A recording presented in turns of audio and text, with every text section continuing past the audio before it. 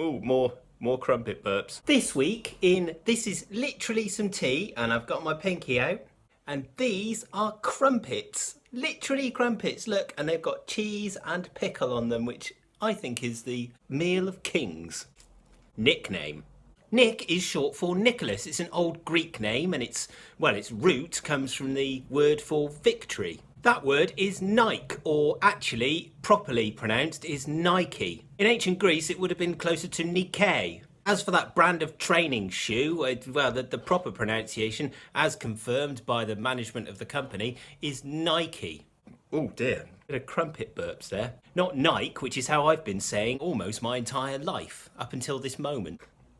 In fact, as a kid, I would have done unspeakable things to have got my feet into a pair of Air Maxes. As an adult, I still see people wearing them, which I guess is testament to the brand, really, or how cool they are. Yesterday, while walking up the Gloucester Road, I saw a young woman, maybe in her 20s, smoking a cigarette, all in black, with those round kind of John Lennon sunglasses on, with some Air Max, some black Air Maxes on as well. And she had so much attitude, so much tood, that I just thought she looked super cool. And I wanted to look like that. And then I realised I was wearing all black as well. And then I thought, oh, maybe I can be cool. And then I thought, no. So, nickname, as in a term of endearment and an extra name that you might have. I mean, most of us have kind of lots of different names depending on who perceives you, who you're around. Maybe your family has a nickname for you. Maybe your colleagues have a nickname for you. Maybe that drunk down the road has a nickname for you. Going on the Greek thing, then it means victory name, right?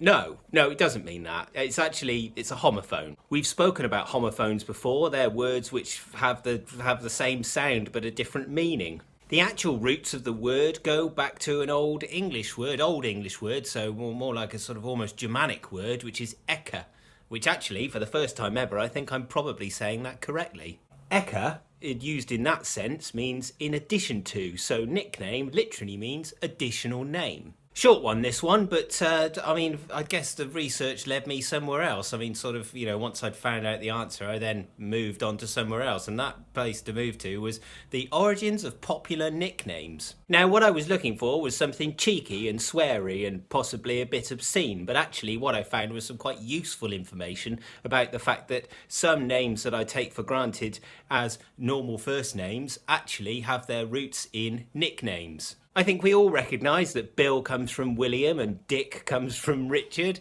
Oh, that'll never get old, will it? I mean, just imagine, there was a time when you could say Dick to somebody and that was their name, and you didn't even think about the fact. I mean, it's a bit like people called Fanny. There was a time when you could say Fanny, and it did. Anyway, we also assume that, I guess everybody knows Jim comes from James, but also, did you know that Sally comes from Sarah, or Harry from Henry, and my personal favourite, Jack from John? The reason why it's my favourite is because Handsome Jack, my friend Handsome Jack, so I get to say this to him, Jack, the etymology of your name was a cheeky way to refer to peasants. So Jack, you're a peasant. You always have been, and you always will be, a total peasant. Take care of yourselves. See you next week.